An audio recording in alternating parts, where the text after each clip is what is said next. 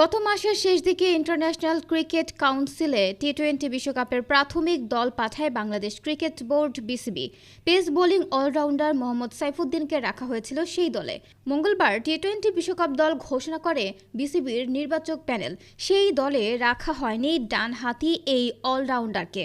এমনকি রিজার্ভ তালিকাতেও জায়গা হয়নি এই খেলোয়াড়ের। সদ্য শেষ হওয়া জিম্বাবুয়ে সিরিজের 4 ম্যাচে তিনি শিকার করেন 8 উইকেট। এরপরও বিশ্বকাপ দলে জায়গা হয়নি তার। সাইফুদ্দিনের পরিবর্তে সুযোগ হয়েছে আরেক পেসার তানজিম হাসান সাকিবের। জিম্বাবুয়ে সিরিজে 2 ম্যাচে তার শিকার মাত্র 1 উইকেট। দুজনের মধ্যে কেন তানজিমকে বেছে নেওয়া হয়েছে এর ব্যাখ্যায় প্রধান নির্বাচক গাজী আশরাফ হোসেন লিপু বলেন, সবাই খুব কাছাকাছি লড়াই করেছে।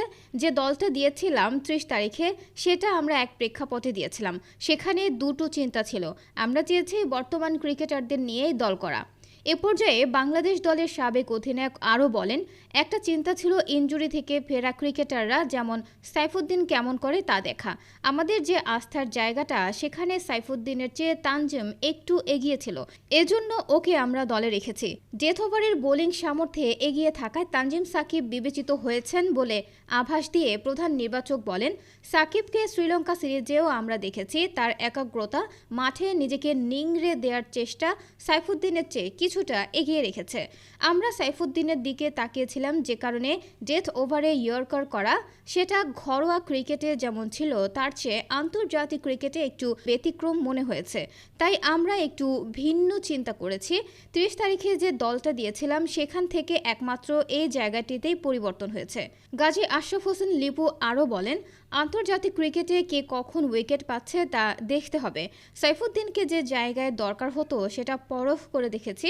শেষ 2টি ম্যাচে 2 জন পেসার নিয়ে খেলেছি। সেখানে সাইফুদ্দিন কিছু কিছু জায়গায় আস্থার প্রতিদান দিতে পারেনি।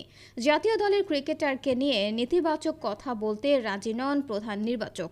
যারা সুযোগ পাননি নিজেকে প্রমাণ করে ভবিষ্যতে আবারও জাতীয় দলে ফিরবেন বলে প্রত্যাশা গাজী আশরাফ হোসেন লিপুর। তো প্রিয় দর্শক, প্রধান নির্বাচক গাজী আশরাফ হোসেন লিপুর এই বক্তব্য শুনে আপনাদের কি মতামত কমেন্ট করে জানিয়ে দিন।